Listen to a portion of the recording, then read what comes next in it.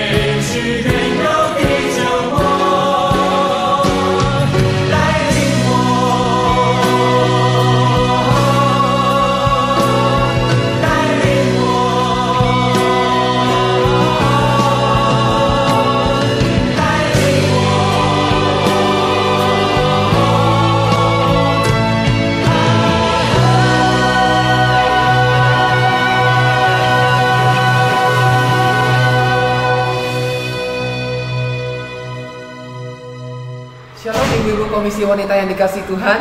主所爱的姐妹们平安。 Gimana kabarnya? 我们今天好吗？ Ada sukacita? 喜乐吗？ Ya, saya berharap kita semua senantiasa bersukacita di dalam Tuhan. 我希望我们每个人在主里面都是喜乐的。 Sebelum kita mendengarkan firman Tuhan, mari kita bersatu hati di dalam doa. 我们先来做一个祷告。 Bapa, kami bersyukur pada sore hari yang indah ini kami boleh kembali bersama-sama bersekutu secara online. Berkati Tuhan kami yang akan mendengarkan firman-Mu. Biarlah firman-Mu yang senantiasa terus-menerus membentuk kami Tuhan dari hari demi hari, minggu demi minggu ya Tuhan. Berkati juga hamba-Mu yang akan menyampaikan dan juga menerjemahkannya. Di dalam nama Tuhan Yesus kami berdoa. Amin. Amin。 Hari ini kita akan merenungkan satu tema firman Tuhan tentang pembentukan Tuhan yang terjadi di dalam kehidupan kita. 今天我们的讲题是神怎么样在我们生活当中塑造我们， Atau Yesus membentuk hidupku. 或者是耶稣塑造我的生活。 Mari kita buka firman Tuhan dari Yeremia pasal 18. 我们打开圣经，就是耶利米书第18章。 Nah, kita akan melihat dari ayat 1 sampai ayat 2 dulu. 我们先来看第2节。 Demikianlah firman Tuhan, firman yang datang dari Tuhan kepada Yeremia bunyinya. Pergilah dengan segera ke rumah tukang periuk. Di sana aku akan memperdengarkan perkataan-perkataanku kepadamu. 就是耶和华的话临到耶利米说：“你起来，下到窑匠的家里去，我在那里要使你听我的话。” Nah, jadi ini Yeremia ini adalah seorang nabi yang diutus Tuhan untuk menyuarakan kebenaran firman Tuhan.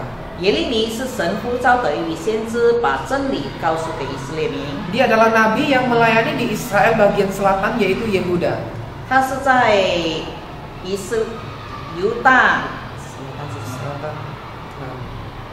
南部的犹大地侍奉神的。 Nah, di dalam pelayanannya itu firman Tuhan datang menyuruh dia pergi ke rumah tukang periuk. 当他在侍奉的时候，耶和华的声音告诉他说：“你到窑匠的家里去。” Nah, tukang periuk itu sekarang itu seperti tukang tembikar ya, jadi pengrajin yang berhubungan dengan tanah liat. 所以窑匠就是一个用泥土能够塑造很多器皿的一个专家。 Mengapa Tuhan suruh Yeremia pergi ke rumah tukang periuk?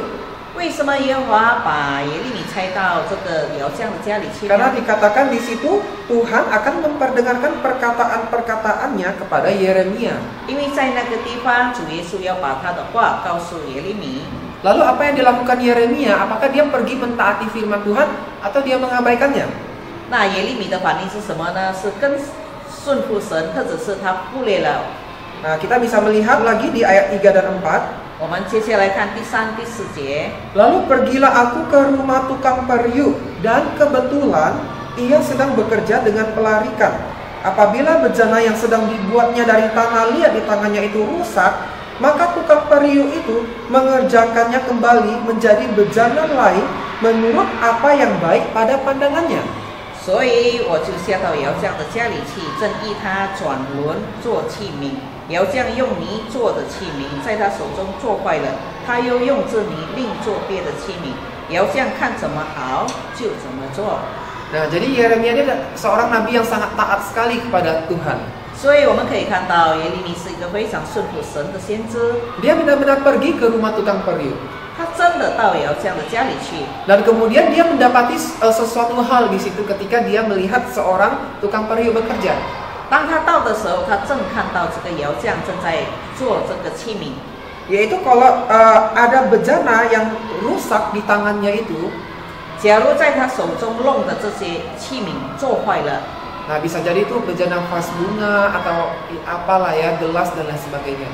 这个泥土可以塑造成可能是杯盘或者是其他的那种。 Nah, kalau ada yang rusak, ada yang lecet, yang bentuknya nggak sesuai, maka dikatakan si pengrajin ini, si tukang periuk ini akan mengerjakan kembali menjadi bejana yang lain. 当窑匠看这个所造出来的不合乎他的心意的话，或者做坏了，那他重新再塑造过一个按他自己喜欢的。 Nah, coba perhatikan kata itu, mengerjakan kembali menjadi bejana yang lain. 就是重新另做新的器皿。 Nah, bagaimana caranya suatu bejana yang sudah jadi dibentuk menjadi bejana yang lain?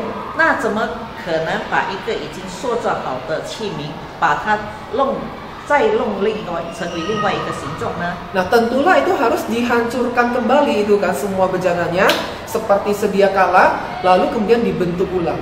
当然，它的过程就是把这个已经做成的，把它再弄回成泥浆，然后再从泥浆重新塑造回新的形式。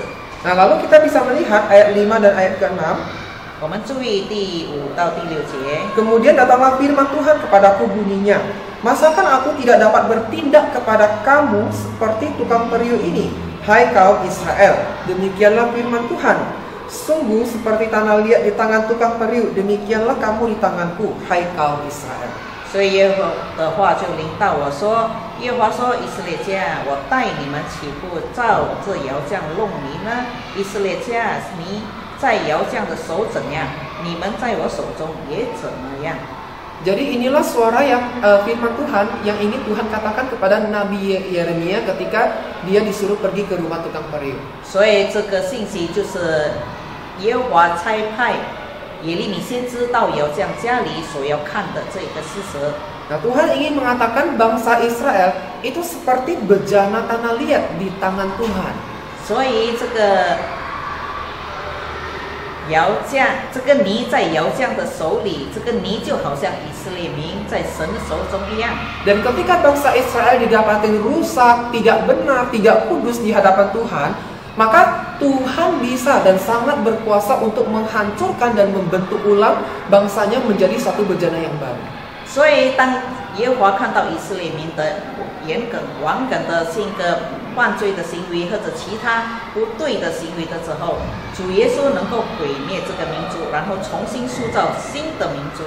Dibentuk ulang menjadi sesuatu yang baik menurut pandangannya, berarti menurut pandangan Tuhan. 就是按照神的旨意，重新按照他的意愿，重新塑造新的以色列民。 Minggu kemarin kita sudah bahas itu tentang firman Tuhan di kebaktian umum tentang pertobatan. 上个星期我们在大堂里已经听到了关于我们悔改了吗？ Nah, hari ini kita juga bersinggungan dengan tema itu. Kalau kita tidak bertobat, kita rusak di hadapan Tuhan, maka Tuhan bisa menghancurkan kita, membentuk ulang kita kembali dengan bejana yang baru. 所以今天我们的信息跟礼拜天的是有相连的，就是假如我们不悔改的话，神可以毁灭我们，然后再重新塑造我们起来。 Setiap kali kita rusak, kita tidak benar di hadapannya, maka kita seperti bejana di tangan Tuhan, dihancurkan, dibentuk ulang lagi. 每一次我们不顺服，我们在主的面前犯罪的时候，神会毁灭我们，会让我们他会再次的塑造我们成一个新造的人。 Ya, makanya penting sekali hidup di dalam pertobatan yang sejati. 所以我们生活在真正的悔改当中，对主来说是非常重要的。 Ketika kita bersikeras keras kepala terhadap Tuhan, sebenarnya yang rugi itu adalah diri kita sendiri. 当我们对神应着景象顽梗的时候，亏损的其实是我们自己。 Ibu-ibu coba bayangkan kalau kita sudah di dalam kondisi sudah jadi satu bejana, dihancurkan, diulang dari awal lagi dan dibentuk lagi dari awal menjadi sesuatu yang baru, itu kan tentu habis waktu dan seringkali menyakitkan. 姐妹们，我们可以自己想象，假如我们自己是一个器皿，但是已经坏了，那神就要把它粉碎，粉碎以后重新塑造，这个过程会让我们会痛苦，也会很难受的。 Nah, firman Tuhan ini juga bukan hanya berlaku bagi bangsa Israel, tapi menjadi suatu peringatan juga bagi setiap kita orang percaya kalau kita harus senantiasa hidup takut akan Tuhan karena hidup kita seperti bejana di tangannya. 这个信息不单单是对当时的以色列民所小意他们的，而是对今天的我们也是用意是一样的。假如我们不活在主里面，我们会被重新塑造。 Dan yang lebih menariknya lagi adalah ketika saya mempelajari firman Tuhan ini, mengapa Tuhan memakai ilustrasi bejana tanah liat dan bukan ilustrasi yang lain? 当我思考这个讲题的时候，我有些疑问：为什么神不用其他的比喻，而是用这个窑匠的泥来做比喻呢？ Misalnya, kenapa Tuhan nggak pakai ilustrasi kalau satu lemari rusak atau satu kursi rusak nanti tinggal ditambal, dipakukan kayu yang baru seperti itu? 为什么主耶稣会用一个木材做的柜子或者是桌子，哪里损坏了，我们就从那里补上去，就好像是新造的。Atau misalnya kenapa nggak Tuhan pakai ilustrasi aja, misalnya kain atau baju yang rusak ya kan, itu bisa dijahit kembali dan kemudian bisa digunakan kembali. 或者主耶稣可以用一件衣服来做比喻，哪里一边有破了或者不合适了，我们把它修改一下就可以再重新用了。为什么不用这一些呢？ Kenapa Tuhan pakai istilah bejana tanah liat? 为什么主耶稣当时是用这个窑匠泥来做比喻呢？ Nah inilah uniknya ilustrasi ini, ibu-ibu. 所以在这个比喻上，我们觉得是非常有趣的，非常特别。 Kalau misalnya kayu yang rusak atau meja yang rusak itu kadang cuma bisa ditambal atau tinggal ditempelkan pakai kayu penyangga yang baru aja. 假如桌子椅子坏了的话，我们只是用一小块的木板把它重新钉回那个部分而已。 Atau kalau misalnya pakaian, nah kalau saya sendiri seringkali di pakaian yang rusak itu adalah kancing baju sama resleting celana. 那我自己常常弄坏衣服的就是拉链或者是这些纽扣。 Nah kalau kancing yang baju yang rusak ya udah tinggal dijahit kembali pakai kancing baru udah bisa digunakan. 那假如衣服的扣子弄丢了或者断了，我们重新把它钉回去就可以用了。 Kalau resleting celana yang rusak, ya itu tinggal dibawa ke tukang jahit dan itu bawa 1 jam udah beres, tinggal bisa udah dipakai lagi. 那裤子的拉链假如拉不上来坏了，我们到这个修补衣服那里把它 重新换过一条新的拉链就能够使用了。 Nah, hal-hal yang saya sebutkan ini kalau rusak itu tidak diperbaiki dari awal, hanya memperbaiki yang rusak aja. 我所说的这个比喻，哪里不对，哪里坏了就修补那个部分，不是重新建造起来，重新塑造，不是的。 Tapi kalau misalnya satu bejana tanah liat, ya seperti misalnya bejana vas bunga lah kita anggap ya, dia rusak atau bengkok, retak sedikit aja. 那圣经里面的记载就是这个泥，假如它有破裂一点或者是损坏一点，它要重新把它粉碎掉。 Nah, padahal dia cuma kayak mungkin rusak di bagian atasnya aja. Itu nggak diperbaiki bagian atasnya, tapi dihancurkan seluruhnya, dileburkan, kemudian dibentuk ulang lagi. 因为这个花瓶它的只是上面破了一点点，但是不只是把它这个破点把它补回去，而是整个花瓶把它弄碎。 Nah ini hal yang sangat luar biasa dan sangat memberatkan sekali bagi seorang pengrajin tanah liat. 这对一个窑匠工人来说，对他来说也是非常重的工作，重新来过。 Dan ilustrasi ini juga sekalian mengajarkan kepada kita betapa sebenarnya beratnya kehidupan kita sebagai orang Kristen ketika kita dibentuk oleh Tuhan. 这也告诉我们，成为基督徒信徒的话，假如我们重新被神再塑造的话，对我们来说是很沉重的。 Karena nggak bisa bilang oh saya mungkin lemahnya di sedikit dosa aja kemudian itu diperbaiki, enggak. 不是单单说我犯了只是一个小小的罪，那我就改正就可以了，不是的。 Tapi seringkali Tuhan menghancurkan seluruh hidup seseorang dari awal, kemudian membentuk ulang lagi. 但是神常常把这个人的犯罪的人的整个生活弄垮了，然后再重新塑造他，成为新造的。 Maka bisa dikatakan pembentukan di dalam kerajaan Allah, di dalam Tuhan itu begitu luar biasa berat, luar biasa ketat sekali. 所以在神的国度里，关于这个重建的话是非常沉重也非常重要的。 Nah kemudian di dalam Yeremia 18 ini kita bisa melihat ya, lanjutkan di dalam ayat-ayat setelahnya. Di situ dikatakan, contohnya di ayat 11. 在耶利米书，我们接下来看，比如说11节， Sebab itu katakanlah kepada orang Yehuda dan kepada penduduk Yerusalem, beginilah firman Tuhan. Sesungguhnya aku ini sedang menyiapkan malapetaka terhadap kamu dan merencanakan rencana terhadap kamu. Baiklah kamu masing-masing bertobat dari tingkah lakumu yang jahat dan perbaikilah tingkah lakumu dan perbuatanmu. 现在你要对犹太人和耶路撒冷的居民说：耶和华如此说，我造出灾祸攻击你们，定义刑罚你们，你们个人当回头，离开所行的恶道，改正你们的动作行为。 Nah, jadi di dalam perikop ini firman Tuhan mengatakan ini, kalau sebenarnya Tuhan sedang merencanakan rancangan yang malapetaka atau bencana buat bangsa Israel yang waktu itu nggak bertobat, Dan kalau mereka bertobat, maka Tuhan menyesal karena merancangkan rancangan itu. 其实神对这些已经背逆神的以色列民已经计划了一些的灾难。假如这些以色列民不回转、不悔改的话，这灾难一定临到他们。 Nah, di dalam itu ada di ayat 7 dan 8 yang sekarang di ayat 9 dan 10 itu juga Tuhan mengatakan kalau Tuhan itu merancangkan suatu kerajaan akan membangun mereka, artinya Tuhan akan memberkati bangsa Israel. Tapi kalau Tuhan mendapati bangsa Israel tidak bertobat, ya maka Tuhan menyesal karena sudah merencanakan berkat itu untuk bangsa Israel.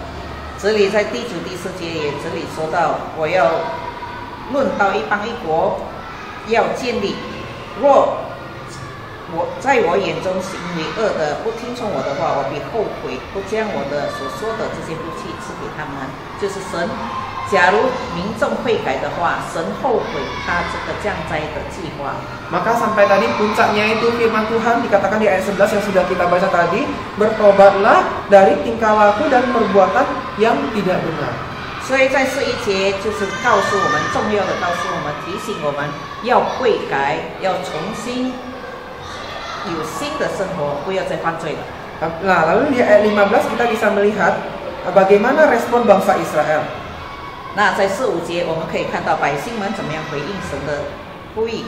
Tetapi umatku telah melupakan aku, umat Israel melupakan Tuhan. Mereka telah membakar korban kepada dewa kesia-siaan.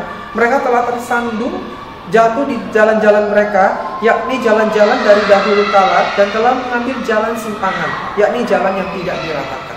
我的百姓竟忘记我，向假神烧香，使他们在所行的路上，在古道上叛跌，使他们没有修复的时。 Ya, artinya mereka tetap melakukan dosa yang sangat keji di hadapan Tuhan, yaitu penyembahan berhala. 所以他们这个以色列民顽梗的还是敬拜偶像，没有转回归向神， Membakar korban kepada dewa kesia-siaan. 就是把这些祭献给那些没有能力的假神。 Nah, ini yang sangat penting sekali ya. Terkadang ada orang yang sudah berpuluh-puluh tahun jadi Kristen tapi ternyata masih ada menyimpan berhala di dalam kehidupannya. 这对我们来说是非常可悲的。自认识已经认识跟从主几十年了，但是在我们内心里面还是存做一些这些不对的思想。 Tentunya hal ini sangat tidak berkenan di hadapan Tuhan. 当然，这件事对主来说是非常是神所厌恶、不讨他喜悦的行为。 Nah, kemudian kita juga bisa melihat, ketika kita melihat ini ya, Tuhan suruh bangsa Israel bertobat, mengutus Nabi Yeremia.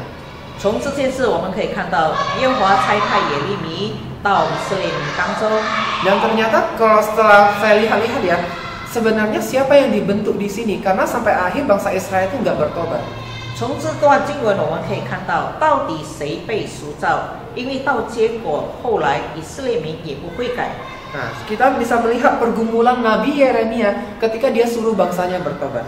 我们可以看到耶利米怎么样的挣扎纠结，当他看到他的民众就是以色列民不悔改的行为。 Nah, kita lihat di Yeremia pasal 20 ayat 7 sampai 9. 我们来看耶利米书第20章 20 ayat 7 sampai 9.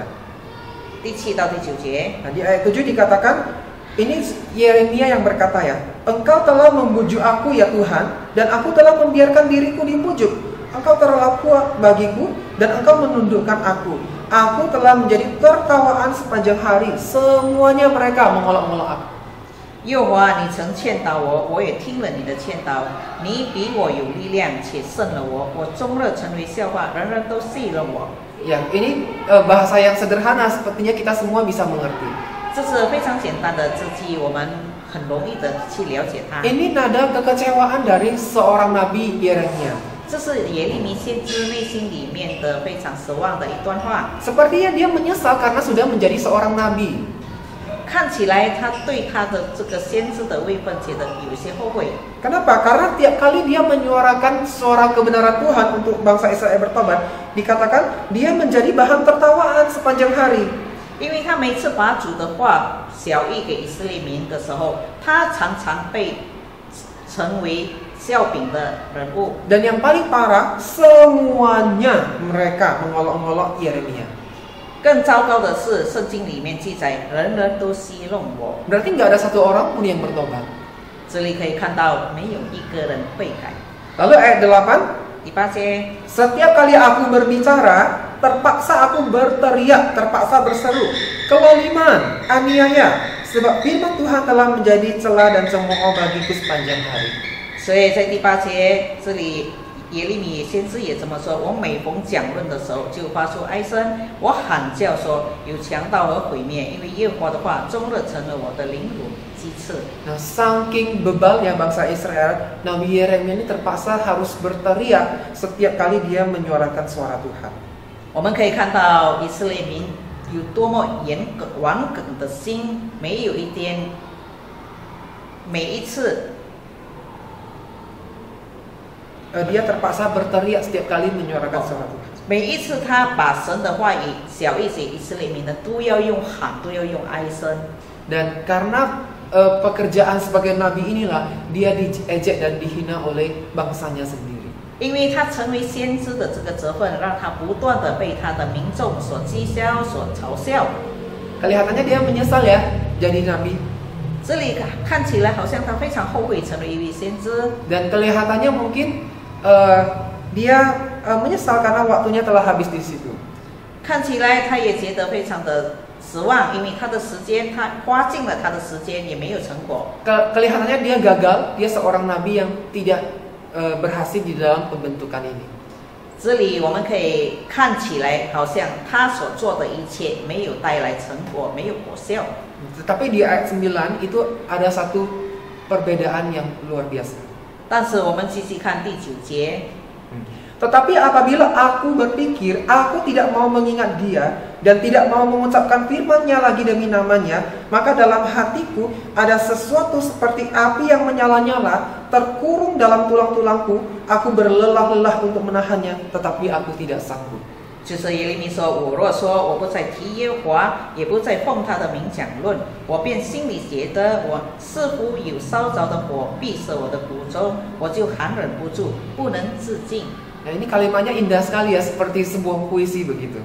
这段经文第9节非常的美妙，就好像一首诗。 Jadi Yeremia ingin mengatakan, setiap kali dia berpikir, udahlah saya nggak mau jadi nabi lagi lah, masa bodoh lah sama bangsa Israel, mau bertobat terserah, nggak mau bertobat terserah.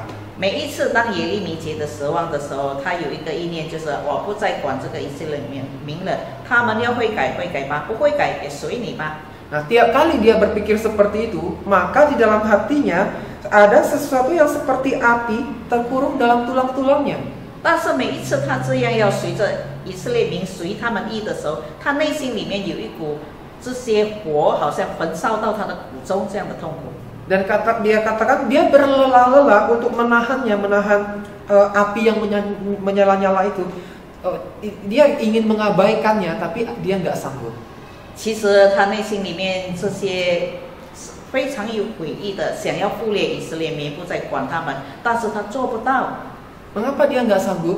为什么他做不到呢？ Karena dia punya hati yang besar untuk bangsanya supaya bangsanya bertobat. 因为他对以色列民有很大的爱心，他想要以色列民悔改，所以他内心里面非常的痛苦。 Sekalipun dia menderita, dia tetap punya hati yang begitu luar biasa untuk mengasihi dan melayani Tuhannya. 纵然他对以色列民非常的失望，但是他对神有很大的盼望。 Makanya tadi saya mengatakan ini firman Tuhan suruh bangsa Israel bertobat, tapi sebenarnya di dalam perjalanan ini siapa yang sebenarnya mengalami pembentukan dan pertobatan?